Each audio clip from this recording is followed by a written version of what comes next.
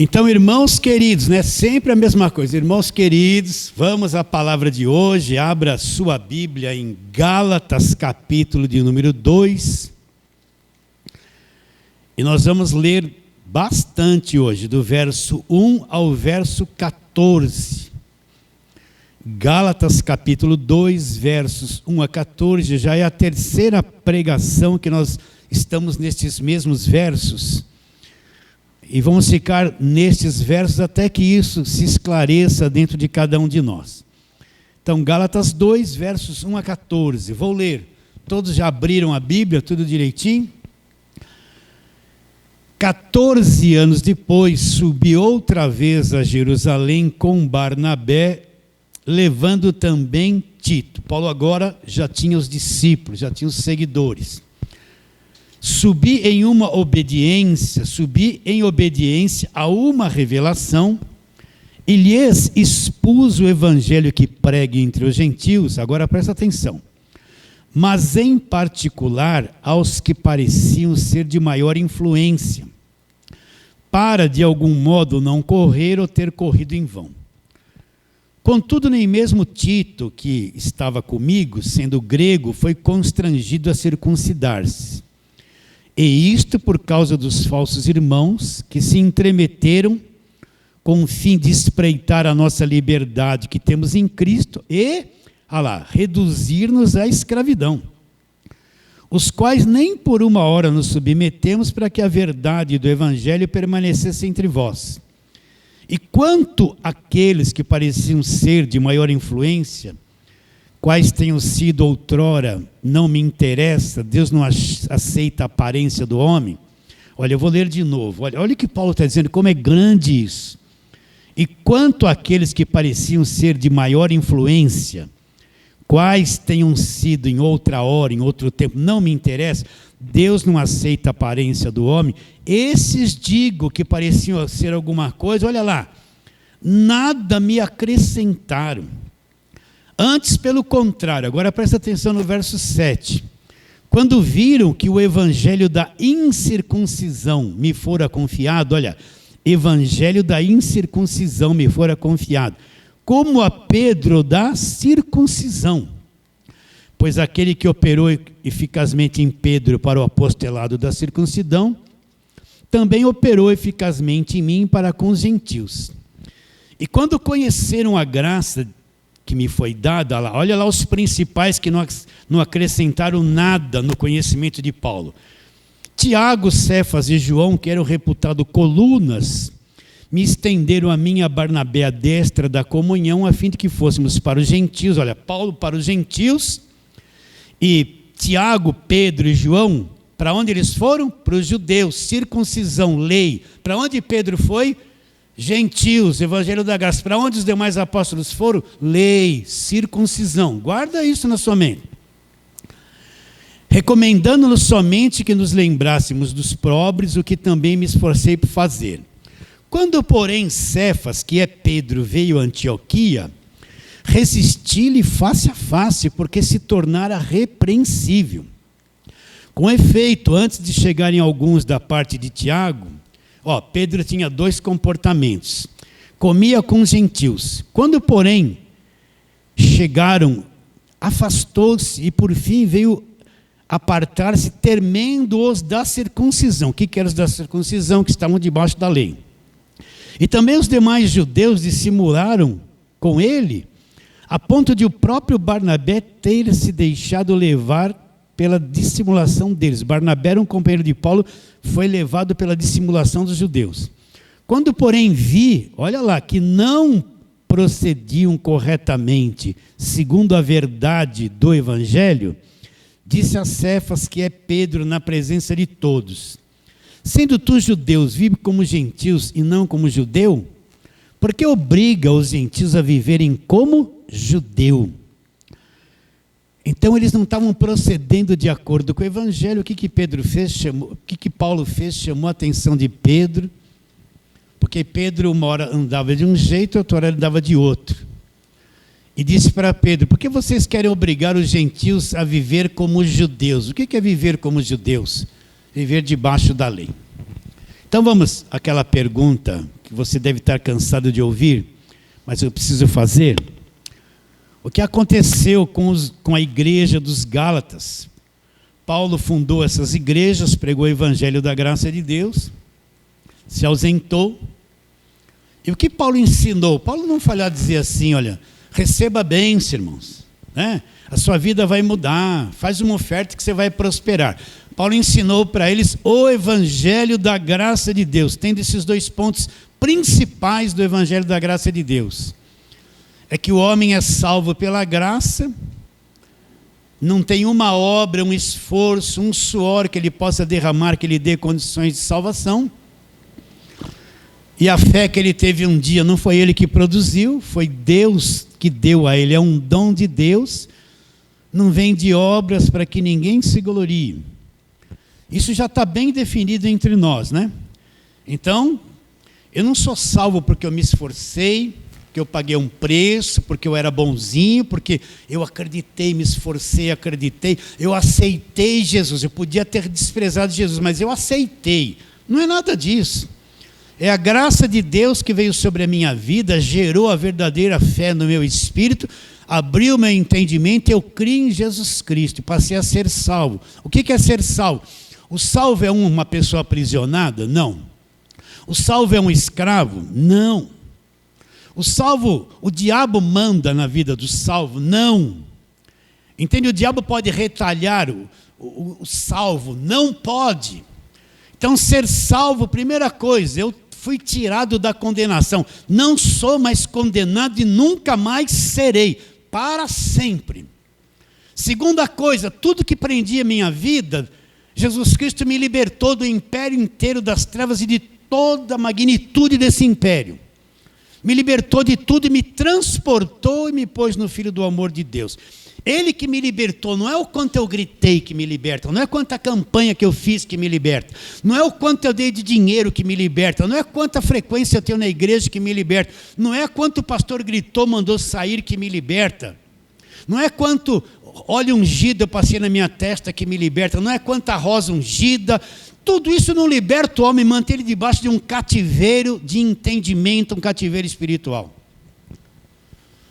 Então, o meu Salvador já me libertou, você tem que acreditar nisso, isso vem depois da cruz. Antes da cruz ninguém é liberto, todo mundo é escravizado. Depois da cruz, eu fui liberto do império das trevas. Sou um crente verdadeiro, liberto do império das trevas, sou salvo. E tem uma outra coisa, Deus sabe que eu não tenho forças para manter minha salvação. Então Ele me salva, vai manter a verdade acesa dentro de mim. Ele me salva e me mantém salvo para sempre. Porque Ele sabe que eu não tenho força para manter o que Ele me deu de graça, que é a salvação. Então Ele é responsável, Ele me salvou e me mantém. Ele nunca vai deixar apagar essa chama que foi acesa dentro de você. Você pode errar, pode fazer coisa errada, deu mancada, tropeçou, bateu cabeça, fez um monte de coisa errada. Mas ali dentro de você, essa chama do evangelho, desse conhecimento, nunca vai se apagar. E Ele sempre vai manter aquilo aceso e te atraindo para a verdade. Nunca vai se apagar essa chama que foi posta dentro de você. Por isso que Ele te salvou pela graça e te mantém salvo. E qual é agora a norma que Deus estabeleceu no meu relacionamento com Ele? Aquele que não poupou ao seu próprio Filho, Romanos 8, 31 e 32.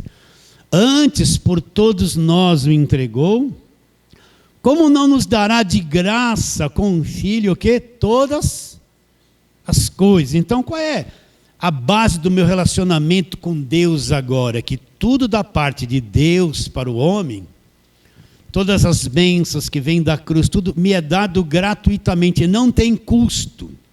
Qual era o princípio da lei? O princípio da lei era, você tem que pagar o preço, é o esforço, dependia do que você fazia. Na lei é o seguinte, a base de relacionamento com Deus era o que você fazia, era o seu esforço, era o que você cumpria, era o que você obedecia. Se não obedecesse, debaixo de maldição. Qual é a base do relacionamento com Deus na nova aliança? Tudo é pela graça de Deus. E tudo é gratuitamente. Meu relacionamento com Deus é gratuito. Deus me abençoe, me dá tudo de graça. Deus não é o Deus da barganha que quer que eu dê coisas para Ele. Não leve a mal. O que é o Deus da barganha? É o que você vê no falso evangelho. Você tem sempre que dar o teu melhor, pagar o preço, fazer um sacrifício, fazer um voto, ser dizimista, se falhar, vai para o inferno. Então, é um Deus da barganha. Para Ele te fazer alguma coisa, você tem que fazer primeiro para Ele. Você tem que dar primeiro para Ele. Aí Ele vai avaliar se você deu o melhor. Aí Ele vai olhar, acho que não deu não, eu não acho que vou abençoar Ele só um pouquinho. É na base da troca. Um Deus é o seguinte: o que você tem para dar para mim? Eu tenho isso, aquilo, vou fazer isso, fazer aquilo, então faça, hein? Olha, não vai fazer voto de tolo, promete que vai fazer e não faz. Isso é tudo coisa da velha aliança. Aí depois que você fizer, Deus vai avaliar e fala: vou ver se o que Ele me deu me interessa muito. Agora eu vou devolver o que Ele me deu um pouquinho mais. É isso que a maior parte das igrejas fazem. É o Deus da barganha. Então, meu relacionamento com Deus agora na nova aliança é na gratuidade. Deus não está me cobrando nada. Deus não está me apertando, apontando o dedo, me oprimindo, mostrando os meus defeitos. Os meus defeitos foram encobertos pelo sangue da cruz. Ele não está exigindo, não está me apertando, não está me massacrando, não está pesando a mão, não está me pondo doença, não está me entregando na mão do diabo porque eu falhei. Tudo isso é lei, é velha aliança. Está bem claro isso na tua mente? Então, essa é a base do Evangelho da Graça de Deus. E Jesus Cristo ressuscitou, venceu a morte e nos deu a vida eterna. É isso aí, Paulo ensinou isso para os Gálatas. Aí Paulo se ausentou, entrou lá quem? Os pregadores do Velho Testamento. Eu falo assim para ficar mais claro. Aqueles que vivem no princípio da velha aliança. Se introduziram lá na igreja dos Gálatas e disseram para os Gálatas: olha, esse negócio de só a graça e está tudo resolvido não é bem assim não. Olha aqui, volta aqui para a lei. Olha aqui, ó, circuncisão, festas judaicas, dieta de alimentos, e guarda o sábado, isso e aquilo, não pode. Somando Velho Testamento, judaísmo com aquilo que fez na cruz, aí sim você vai ser salvo. E o que aconteceu com os Gálatas? Por isso que os crentes novos, pelo amor de Deus, os crentes novos eles são tão enganados. Quantas pessoas que estivemos aqui novinhos não deram tempo para crescer, sabe? Ouviram um pouquinho da graça. Quando a coisa estava crescendo ali, de repente se envolve com quem não tem que se envolver. E, sabe, acaba desvirtuando. Uma vez veio uma irmã, logo... pastor, olha, 15 anos depois ela me falou isso. Quando eu vim aqui na igreja, aquele começo, eu não entendia nada. Eu detestava o que o senhor falava. 15 anos depois, agora ela não está mais aqui, está em outro estado. Ela entrou em contato comigo. Agora que eu estou entendendo o Evangelho da Graça de Deus. Pena que eu mudei de São Paulo. Não entendeu nada no começo. Vocês entendem? Eu falo assim dos novinhos, porque os novinhos são que nem mata-borrão. Hoje não existe mais mata-borrão, é branquinho, né? Mas quando a gente ia na escola, tinha um mata-borrão. Punha uma tinta lá, uma coisa que você grudava, ele chupava a tinta e absorvia a tinta, dava para usar aquele papel ainda que tinha estragado com aquela tinta. O crente novo é que nem matar borrão. Qualquer coisa que você fala, ele acredita. Por isso a importância de estar num lugar que abre as cartas de Paulo, ensine tudo direitinho, desde a queda do homem, o pecado, a vinda de Jesus Cristo, tudo que foi feito na cruz. Não é? Então, eles entraram na igreja dos Gálatas, os judaizantes, os pregadores do Velho Testamento, e perverteram o Evangelho, contaminaram a fé deles, dos Gálatas, a cabeça deles, e os Gálatas voltaram as costas para o que Paulo ensinou, e começaram a tentar alcançar, por lei, aquilo que foi dado gratuitamente na cruz. Então, esse é o quadro da igreja brasileira. A igreja brasileira devia tudo ser sinagogas, porque só prega Velho Testamento e judaísmo o tempo todo, né? Sim ou não? Você vê essas coisas, né? Toda hora é uma pregação de Velho Testamento. Ou então, pregam mais o diabo do que o Jesus Cristo dentro da igreja. Tudo é o diabo, pega mais demônio do que Jesus Cristo. E mantém o povo escravizado ali. Então, Paulo escreve essa carta para quê? Olha lá o verso 6 do capítulo 1 de Gálatas. Admira-me que tão depressa, não deram tempo para amadurecer, está passando tão depressa. daquele que vos chamou da graça de Cristo lá para outro evangelho, o qual não é outro, olhos perturbadores são os pregadores da lei, senão alguns que vos perturbam, querem perverter o evangelho de Cristo. Aí Paulo adverte, mas ainda que nós, ou mesmo um anjo vindo do céu, pregue evangelho que vai além do que temos pregado, seja o que? Anátema, amaldiçoado. Assim como já dissemos e agora repito, se alguém vos prega evangelho que vai além do que recebesse, seja anátema. O que é o evangelho que vai além? O evangelho que enxerta no evangelho da graça um monte de coisas, judaísmo, conceitos, tradição, vai além.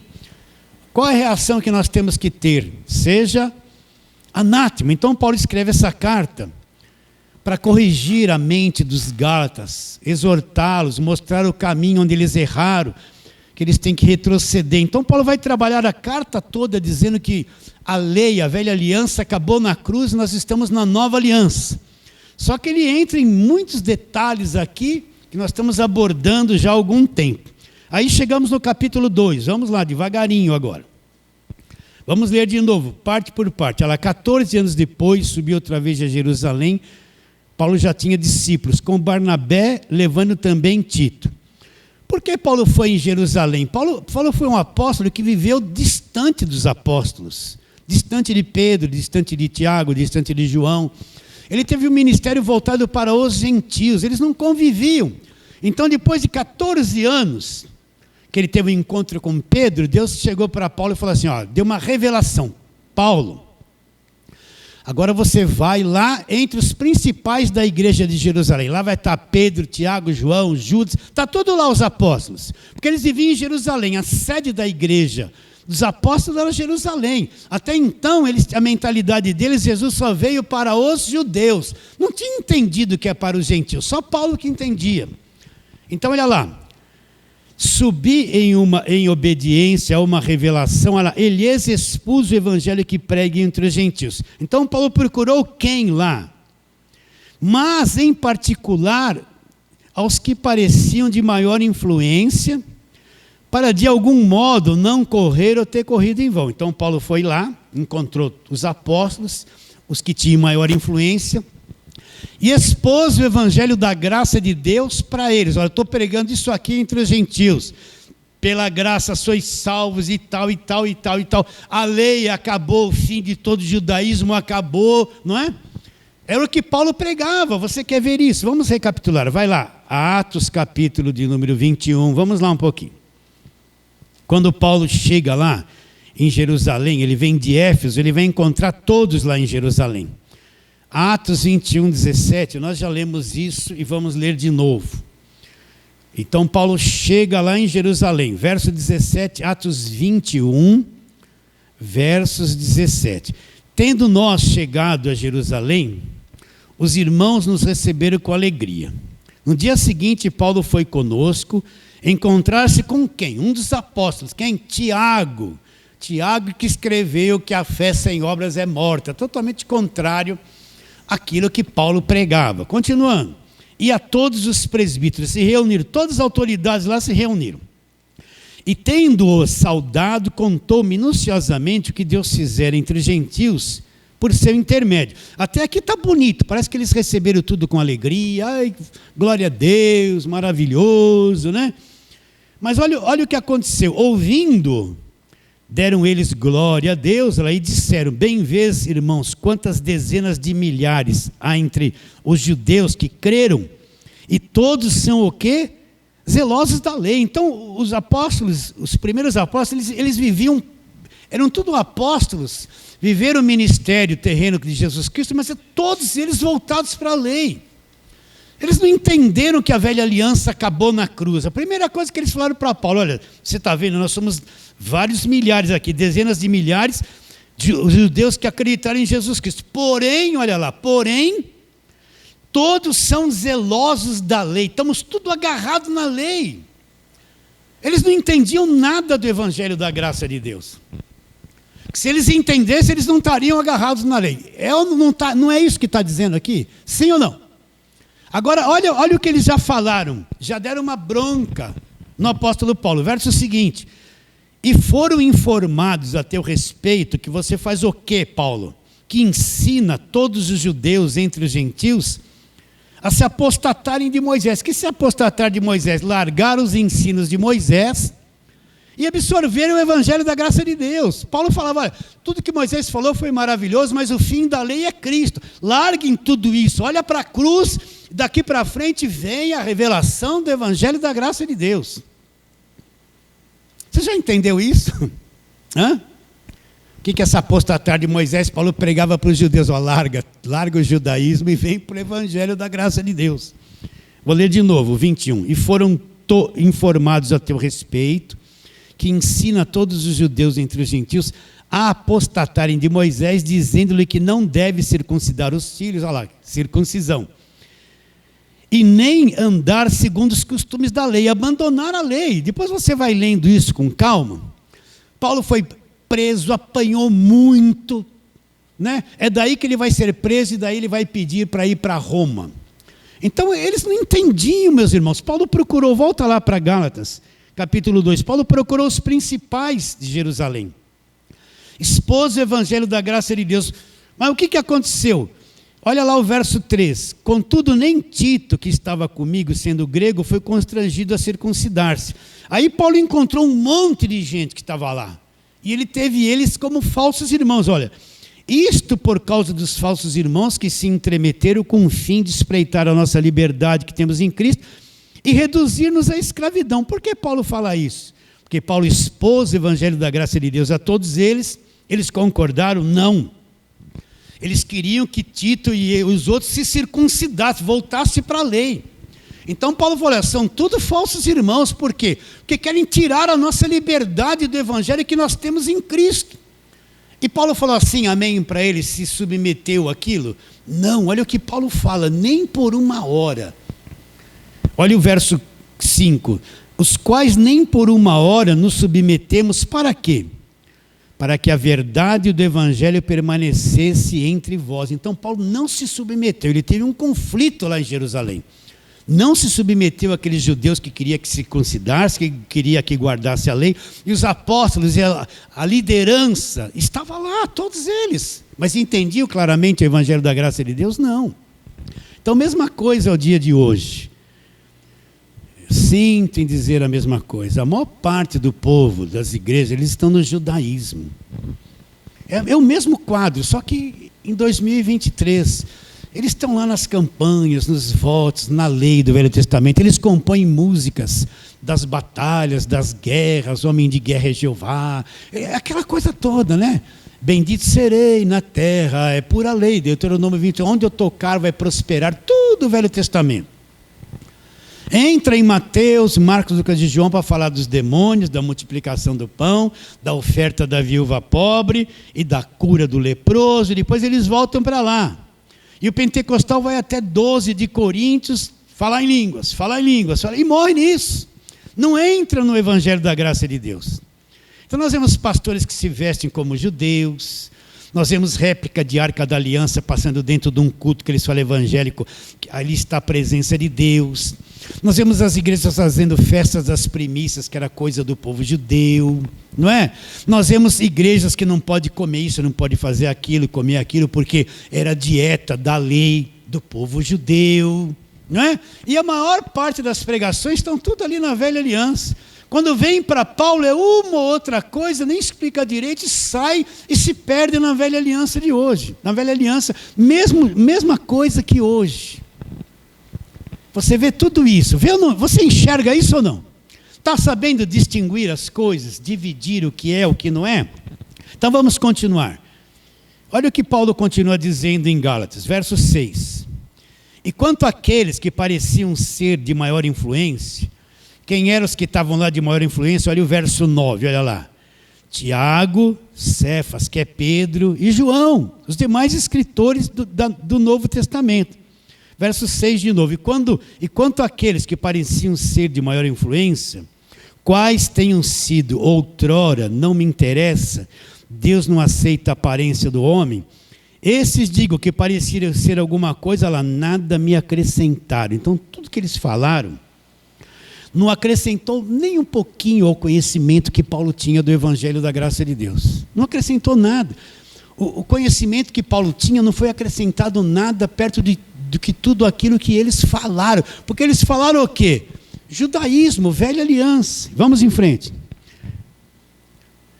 Antes, pelo contrário, aconteceu uma coisa lá, ó. Quando viram que o evangelho da incircuncisão me fora confiado, como a Pedro da circuncisão.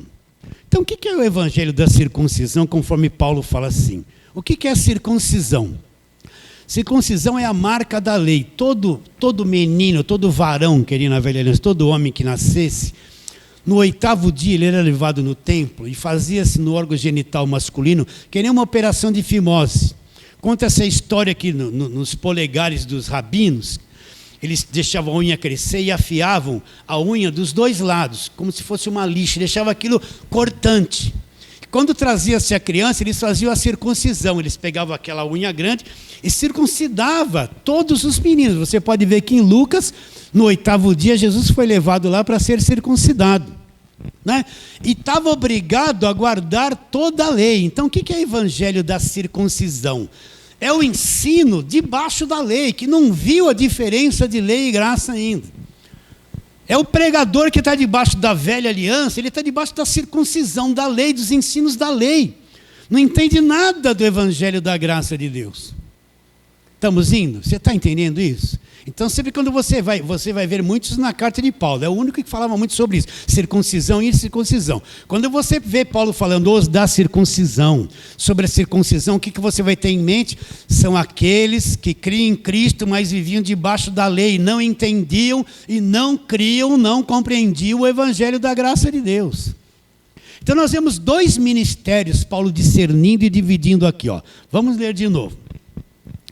Antes, pelo contrário, quando viram com o evangelho da incircuncisão, o que é o evangelho da incircuncisão? É o evangelho que não tem nada de lei, nada da velha aliança, nada de judaísmo. É o evangelho da graça de Deus que tem que ser pregado aos gentios, que Deus chamou o apóstolo Paulo para fazer isso. Então, qual era o ministério de Paulo? Pregar o evangelho da graça de Deus, mostrar o fim da lei do judaísmo, ensinar os demais povos a obedecer o evangelho da graça de Deus, cujo ponto principal é o que Cristo fez na cruz. Então, qual era o ministério de Paulo? Qual era o evangelho de Paulo? Da incircuncisão, o evangelho da graça de Deus. Agora, Pedro foi encarregado de quê? Olha lá. Antes, pelo contrário, quando ouviram que o evangelho da incircuncisão, ela me fora confiado, Paulo está dizendo, como a Pedro da circuncisão. Então, qual era o ministério de Pedro? Você vê que Pedro viveu em Jerusalém, você não vê viagens missionárias de Pedro em outros lugares de gentios, tentando pregar alguma coisa. Eles viviam lá na casinha ao quadrado deles em Jerusalém, entre os judeus, não tinham entendido ainda que o evangelho era para o mundo todo, o evangelho da graça de Deus era para todas as nações, que os gentios foram incluídos na bênção de Israel e faziam parte agora do evangelho. Qual era o ministério de Pedro? Evangelho da circuncisão, viver debaixo do judaísmo, debaixo da lei, naqueles ensinamentos debaixo da lei. Então, se você for analisar, olha, eu vou falar uma coisa aqui simples. Leia a carta de Tiago, você tem que ler para entender o que eu estou dizendo. Leia a carta 1ª, 2ª, 3ª de João. Leia Judas e Apocalipse. Você vai ver, e leia 1ª e 2ª Pedro, você vai ver que eles não tiveram uma visão clara do evangelho da graça de Deus. Pedro fala alguma coisa sobre a graça, mas muito, muito pouco. Eles não tiveram uma amplitude como Paulo teve a revelação do evangelho da graça de Deus, porque eles ainda viveram muito presos ao povo deles, ao judaísmo, e viveram debaixo de lei. Por isso que eu falo, para mim ter uma visão clara do evangelho da graça de Deus, eu tenho que compreender as cartas de Paulo. Entende? De Romanos a Hebreus, minuciosamente olhar isso, ter sabedoria, porque aí eu vou encontrar o que é verdadeiramente o evangelho da graça de Deus. Então, qual foi o ministério de Paulo? Evangelho da incircuncisão, evangelho da graça de Deus para os demais povos. Qual foi o ministério de Pedro? Circuncisão, viver debaixo do judaísmo na igreja de Jerusalém, que eram judeus que criam em Jesus Cristo. mas não entenderam nada de que a religião nacional dele havia acabado na cruz. Paulo havia entendido isso. Entende? Então, esses dois ensinos estão aí dividindo a igreja hoje. Circuncisão, o pessoal só vive no Velho Testamento, não constrói templo de Salomão, Arca da Aliança, é uma cópia. É uma cópia do Velho Testamento, aquilo que eles falam que é evangelho hoje. Você não vê tantas músicas que eles cantam? A inspiração vem do Velho Testamento, não é da graça de Deus. Você conta nos dedos, até muitas comunidades que vêm com músicas bonitas, se você entende o evangelho, você começa a prestar atenção, eles não falam a grandeza do evangelho da graça de Deus, aquele louvor, aquilo tudo bonito, mas tem um véu ainda, porque cantam muitas coisas do Velho Testamento. Eles falam que quem toca são os levitas, mas o ministério levítico acabou na cruz, não tem levitas. De onde que eles trazem a mentalidade do louvor? Do templo, dos louvores do Velho Testamento. Não é? Procura na Nova Aliança. O que Paulo ensinou a respeito de louvor, gente? Procura. Não é se tinha técnica, o louvor é uma ferramenta fundamental para a pregação do evangelho. Não estou desmerecendo. Mas procura nas cartas de Paulo o que ele falava de louvor, porque o louvor atualmente parece que superou a pregação do evangelho. A pessoa gosta de cantar bastante, mas depois na palavra não dá atenção a nada. Canta, aqueles mesmo que cantam na hora da pregação, somem, se escondem, não ficam nem ali para ouvir, às vezes não participam nem de estudo bíblico. São os levitas. Não existe levitas na Nova Aliança. O ministério levítico acabou na cruz. Vamos diminuir o louvor? Não, de forma nenhuma. Eu quero que você pense. Procura nas cartas de Paulo o que ele falou sobre o louvor. Ele só falou uma vez isso. Cantando entre vós com salmos e hinos espirituais, com gratidão em vosso coração. Mas não deu fórmula. Então, hoje em dia, o louvor é uma coisa que ultrapassou a palavra. A turma quer música, muita música. 1h30 de louvor. Vem a pregação, 5 minutos, 10 minutos. Acabou a pregação. Parece que o louvor é que move a igreja, não a palavra. Entende o que eu estou dizendo? Eu sei que muita gente vai falar, por que fale A, B, C? Mas é verdade, gente. A turma quer cantar, e é bom cantar, né? Mas cantar o evangelho, que é pouca letra que você encontra que você vai cantar o evangelho. Está bem claro? Está entrando isso na tua mente? Está entrando devagarinho, a gente vai rompendo o véu, né? Então vamos continuar a leitura. Vamos lá, Gálatas 2, vamos ler o 7 de novo. Antes, pelo contrário, quando viram que o evangelho da incircuncisão, já expliquei, me fora confiado como Pedro da circuncisão. Aí houve uma separação aqui, ó. Pois aquele que operou eficazmente em Pedro para o apostolado da circuncisão, também operou eficazmente em mim com os gentios. E quando conheceram a graça que me foi dada, olha lá, quando conheceram a graça que me foi dada, Tiago, Cefas e João, que eram as colunas, os que sustentavam a igreja da velha aliança, me estenderam a mim, a Barnabé, a destra da comunhão, a fim de que fôssemos para o gentio, e eles para onde? Para a circuncidão, para o judeu. Então eles se separaram, Paulo, gentios é o seu negócio e nós os judeus. Está aqui a divisão. Se eu não souber separar o que é e o que não é, eu não consigo entender o evangelho da graça de Deus. O evangelho de hoje é uma coisa misturada, mais Velho Testamento do que Novo. Mais velho do que novo. Continuando. Recomendando-nos somente que nos lembrássemos dos pobres, o que também me esforcei por fazer. Agora, passa-se um tempinho, olha o que Paulo fala. Paulo vai dar uma dura em Pedro. Quando, porém, Cefas veio a Antioquia, lá, resisti-lhe face a face, porque se tornara repreensível. Olha, Pedro estava devendo. Quando você vê o Cefas, que você sabe que é Pedro. Pedro estava devendo, ele estava tendo uma vida misturada. Então, quando Paulo viu isso, confrontou ele severamente. Olha lá.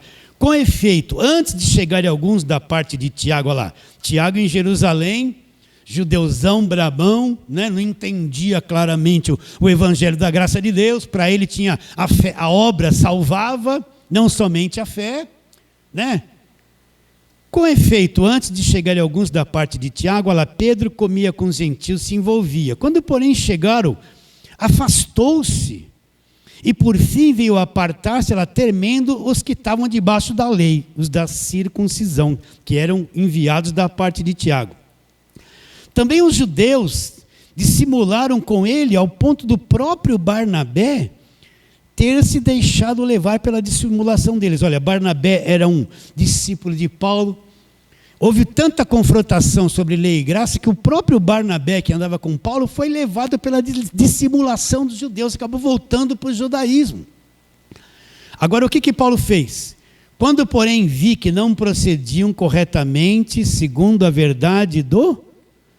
Então, Pedrão não estava procedendo corretamente segundo a verdade do Evangelho. Aqueles que vieram da parte de Tiago não estavam procedendo corretamente de acordo com o Evangelho. Então, quando Paulo vê que eles não estão procedendo de acordo com a verdade do Evangelho, o que Paulo vai fazer? Ele vai chamar a atenção de Pedro. Olha lá.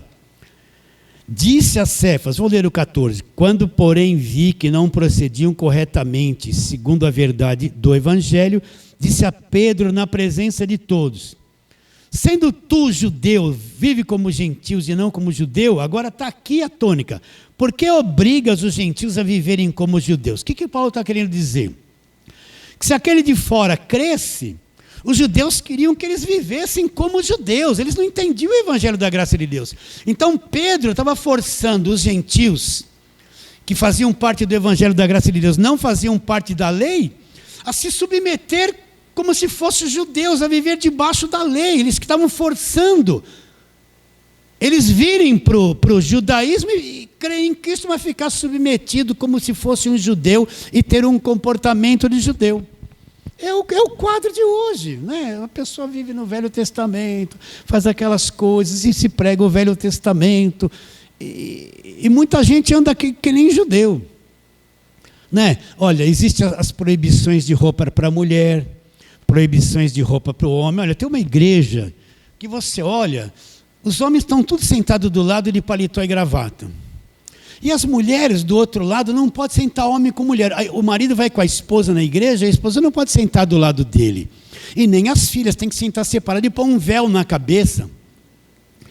Aquilo é santidade, vocês estão entendendo? Tudo isso é lei, é legalismo, é escravidão.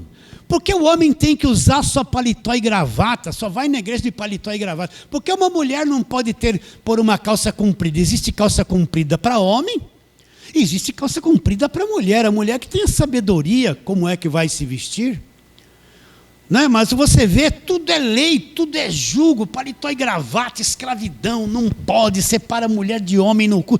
Tudo judaísmo, tudo escravidão, gente. Você entende o que eu estou dizendo ou não? Isso aí, porque o homem tem que usar paletó e gravata para pregar a palavra num calor desse? Por quê? Porque se não for, não é santo. Tudo lei, tudo coisa inventada, tudo escravidão, tudo circuncisão. Então o que Paulo fala? No verso de número 14, quando porém vi que não procediu corretamente segundo a verdade do Evangelho, disse a Cefas na presença de todos, sendo tu judeus vive como gentios, e não como judeu, por que obrigas os gentios a viverem como judeus? Nós judeus por natureza e não pecadores entre gentios. Então qual a conclusão que a gente chega? Que os demais apóstolos que estavam em Jerusalém, todos eles creram em Cristo, eles não entenderam claramente o fim do sistema religioso deles. Eles não entenderam claramente que tudo aquilo se cumpriu. E que quando Jesus está ali na última Páscoa ou na ceia, ele diz, este cálice é o novo testamento no meu sangue, vai começar tudo novo. Esse pão é o meu corpo que vai ser partido por vós, esse cálice é o novo testamento no meu sangue. Esse cálice é o novo testamento no meu sangue. Vamos lá para a segunda carta de Paulo aos Coríntios, vamos lá. Segunda carta de Paulo aos Coríntios, capítulo de número 3. Como é difícil as pessoas entenderem isso, mas está tudo aqui na Bíblia. Nós estamos lendo os versos, não estamos inventando coisas. Capítulo 3, segunda carta de Paulo aos Coríntios, capítulo 3, vamos ler verso 5. Não que por nós mesmos sejamos capazes de pensar alguma coisa. Esse é o princípio da nova aliança. Não que por nós mesmos sejamos capazes de pensar alguma coisa como se partisse de nós. Pelo contrário, a nossa suficiência, a nossa capacidade, quem abriu o nosso entendimento, quem nos ensinou, quem nos revelou, a nossa suficiência vem de Deus. Olha lá, o qual nos habilitou para sermos ministros de quê? Da velha aliança?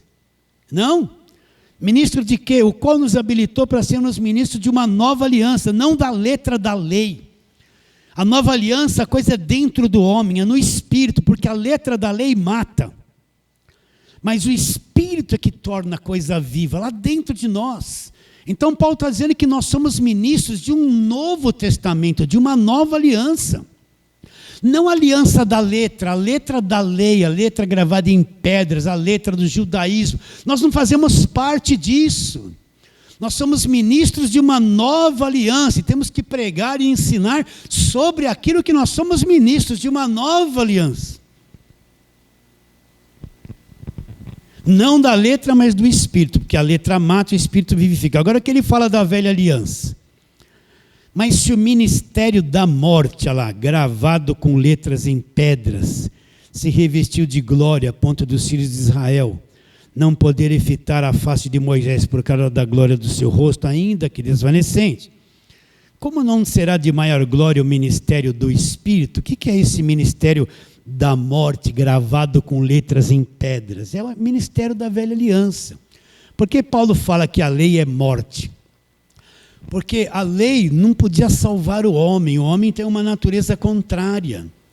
Então a lei fala assim, não falarás uma mentira, você não vai ser mentiroso.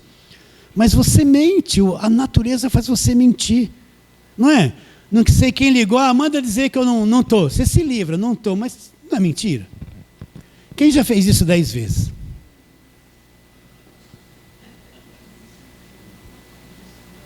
Já perdemos a salvação.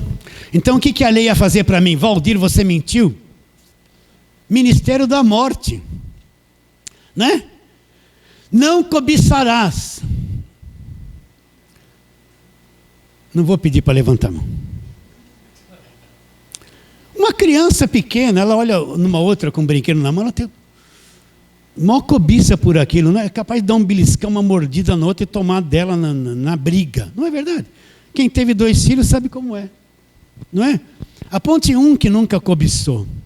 Então a lei vinha com isso, não cobiçarás, não serás mentiroso, seja obediente pai e mãe. Então todos os filhos já estavam condenados, porque todos os filhos não obedecem. Obedece uma coisinha, desobedece 10, né? E são rainheta de vez em quando, haja paciência. Ainda bem que os meus filhos já estão tudo fora de casa, né? Oh glória, aleluia, aleluia. Estou brincando. Então a lei era o ministério da morte, ela pedia coisa para quem tem uma natureza que não consegue obter. Você entende? A lei, ela pedia coisas para alguém com incapacidade de cumprir, não tem força para cumprir. Então se tornou o ministério da morte, o ministério da condenação. Então nós não temos nada a ver com a velha aliança. Os apóstolos não tiveram clareza como Paulo teve sobre o fim da velha aliança. Pedro está aqui registrado, foi repreendido por Paulo porque queria fazer os gentios viverem como judeu. Então, o fim da lei, de tudo aquilo, já acabou na cruz. Eu tenho que ter clareza sobre isso. E ensinar a igreja o que é uma nova aliança, o que aconteceu na cruz daí para frente. E em cima das cartas de Paulo, você voltar para o Velho Testamento só para mostrar aquilo que acabou, para mostrar que o Novo Testamento substituiu e pôs um fim no Velho. Quem não tivesse simples entendimento, vai viver em conflito, vai viver entre 2 cabeças. Uma hora Deus abençoa, outra hora Deus amaldiçoa. Uma hora Deus te livrou do diabo, na outra hora o diabo vai te pegar. Uma hora Deus perdoa, na outra hora Ele te condena. Uma hora Deus estende a mão para abençoar, na outra para te derrubar. Né? Uma hora Deus te dá uma coisa, mas depois Ele te cobra outra. Então, uma hora Deus é bom, outra hora Ele é ruim. Uma hora Ele me liberta, outra hora Ele me castiga. Uma hora ele me salva, outra hora ele me condena. Então a cabeça da pessoa fica assim, fica anos dentro de uma igreja sem entender a graça de Deus, sem entender o Evangelho. E até alguns velhão no Evangelho têm umas cabeças duras, teimoso, em pontos de tanta teimosia. Aí você vai ver, a leizinha está lá, um princípiozinho ainda está na cabeça dele. Estamos indo, queridos? Estamos indo ou não? Só mais um pouquinho, vocês vão ter paciência?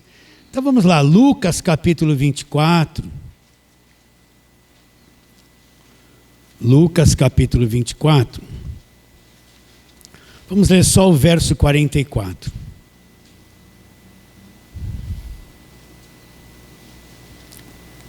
Jesus já morreu, ressuscitou, conversou com ele no caminho de Emaús, né, comeu com eles e aquela história toda. E depois no verso 44, Jesus disse para eles isso, olha. A seguir, Jesus lhes disse, Lucas 24, 44. São essas as palavras que eu vos falei, estando ainda convosco. Importava que se cumprisse tudo que de mim está escrito. Agora, olha a varredura na velha aliança. Escrito aonde? Na lei de Moisés. Então, tudo que estava escrito na lei de Moisés a respeito de Jesus se cumpriu?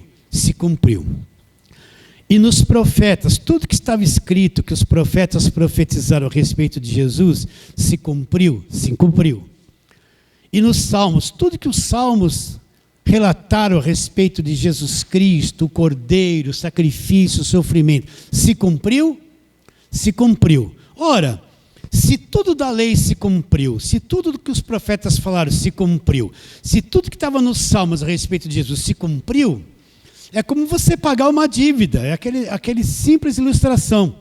Devia 12 mil reais, foi no banco, deu os 12 mil, quitou a dívida, pegou o recibo, acabou. Uma dívida que você pagou, você cumpriu o pagamento, ela não existe mais. Se Cristo cumpriu tudo isso, se cumpriu, acabou, foi removido, acabou, teve o seu fim. Por isso que Paulo fala em Romanos 10,4, o fim da lei é Cristo, olha lá, para a justiça. Justiça de quem? Daquele que acredita que o fim da lei é Cristo, que entendeu o evangelho da graça de Deus. Estamos definidos nisso? Então, todo esse capítulo 2, o que vai ficar claro? Esses pontos. A maior parte dos principais de Jerusalém, os apóstolos não tinham clareza sobre o evangelho da graça de Deus. Quando Paulo expôs o evangelho da graça, queriam que houvesse circuncisão, queriam trazer circuncisão para cima de Paulo. Paulo falou, nem por uma hora nós nos submetemos. Outro ponto, Pedro andou titubeando com o pé em 2 canoas, precisou ser repreendido por Paulo, e Paulo disse que ele queria fazer os gentios virarem e andarem como judeus debaixo da lei, e Paulo não se submeteu a isso. Então isso define o evangelho da graça de Deus para um lado, e o evangelho da circuncisão para outro. Agora nós vivemos na nova aliança, submetidos ao evangelho da graça de Deus, está bem claro isso? Agora volta lá para Gálatas capítulo 2, só para dar uma aberturazinha no que vamos falar domingo que vem. Gálatas capítulo 2, vamos chegar lá no verso 16, que Paulo vai concluindo esse capítulo 2. Aí, o que Paulo fala no verso 16? Sabendo, contudo, que o homem não é justificado por obras da lei. Nós vamos falar isso na próxima reunião. Sabendo, contudo, que o homem não é justificado por obras da lei, como é que o homem é justificado? E sim, mediante a fé em Jesus Cristo. Também temos crido em Cristo Jesus para que fôssemos justificados pela fé em Cristo e não por obras da lei. Olha lá, se eu estiver debaixo de obra da lei, pois por obras da lei, ninguém, eu estou submetido à velha aliança, ninguém será justificado por obras da lei. Ninguém. Então o que é ser justificado? Salvo, isento de culpa, perdoado, limpo, filho de Deus, reconciliado com Deus e nunca vai perder a salvação. Vamos falar isso a semana que vem. Recebe a palavra de hoje? Fala assim, amém. Então vamos ficar em pé um pouquinho. Vamos fazer uma breve oração. Oração com coração sincero, né? Verdadeira, né? Vamos orar. Pai querido, a tua palavra é a verdade, Senhor. E Paulo orou em aos Efésios, dizendo: ilumina os olhos do coração deles, para que eles entendam e vejam a riqueza do chamamento, quer ser chamado por Deus. Assim, ilumina os olhos do nosso coração, dos que aqui estão, daqueles que ouvirão esta pregação pela internet, que os olhos de todos quantos o Senhor atrair para ouvir aquela voz, só isso, o arroz com feijão, sejam iluminados. Crendo que será, oramos pela fé, no nome que está acima de todo nome, o nome de Jesus. Fale assim, amém. Amém. Então pode aplaudir.